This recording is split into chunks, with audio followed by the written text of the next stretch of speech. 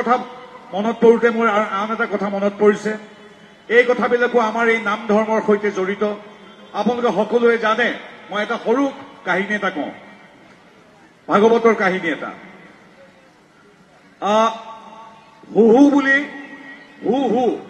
বুলি এজন ৰজা আছিল। ৰজাজনে জল কেলি কৰি আছিল, পানীত তেওঁ সাঁতুৰি নাদুৰি আছিল। সেই সময়তে দেৱলা বুলি এগৰাকী ঋষি আহি তাত গা ধুবলৈ আহিছিল। ভৰিটো টানি ধৰিলে ধেমালিকে, বোলে মানুহজনক জোকাও, ঋষিজনক জোকাও। দেৱলাই কি কৰিলে, ভৰিটো দাঙি ধৰিলে। ঋষিৰ খং উঠিল ৰজা হুহুৰ ওপৰত। সেইটো অভিশাপ দিছো, তই এতিয়া জন্তু হৈ যাবি। কি ক'লে, অভিশাপ দিছো, তই এতিয়া জন্তু হৈ যাবি। তাৰপিছত যেতিয়া ৰজা দেৱলাই দেখিলে এইটোতো ডাঙৰ কথা হ'ল, লগে লগে ঋষিৰ ভৰিত ধৰি ক্ষমা বিচাৰিলে, মুনিবৰ মোক ক্ষমা কৰক। ঋষি দেৱলাৰো অলপ মনটো বেয়া লাগিল। ঠিক আছে, তোমাক বাৰু ভগৱান বিষ্ণুৱে মুক্তি দিব, তেতিয়ালৈকে তুমি কিন্তু পশু হৈ জন্ম হৈ থাকিব লাগিব। আৰু সেয়া হ'ল কোন, এটা ঘৰিয়াল। দেৱলাই পানীত ঘৰিয়াল ৰূপে থাকিলে।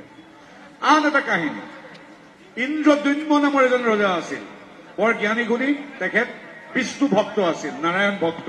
কি নাম, ইন্দ্ৰদ্যুম্ন। এনেকে মালয় পাহাৰত তেখেতে ধ্যান কৰি আছিল। সেইমতে আগস্ত্য মুনি আহিল। আগস্ত্য মুনিয়ে দেখিছে মোক ৰজা ইন্দ্ৰদ্যুম্নই গুৰুত্ব দিয়া নাই, কিবা অভিশাপ দিলে, তই ইমান মোক উপহাস কৰিছা, মোক অপমান কৰিছা, তুমিও জন্তু হবা, তুমি এটা নিৰ্বোধ হাতী হৈ জন্ম লোৱা। আপোনালোকে সকলোৱে কাহিনীটো এটা গম পাব। সেয়া হ'লগে কোন, গজেন্দ্ৰ। এতিয়া গজেন্দ্ৰ কিন্তু তেওঁ আছিল ঈশ্বৰ ভক্ত, বিষ্ণু ভক্ত।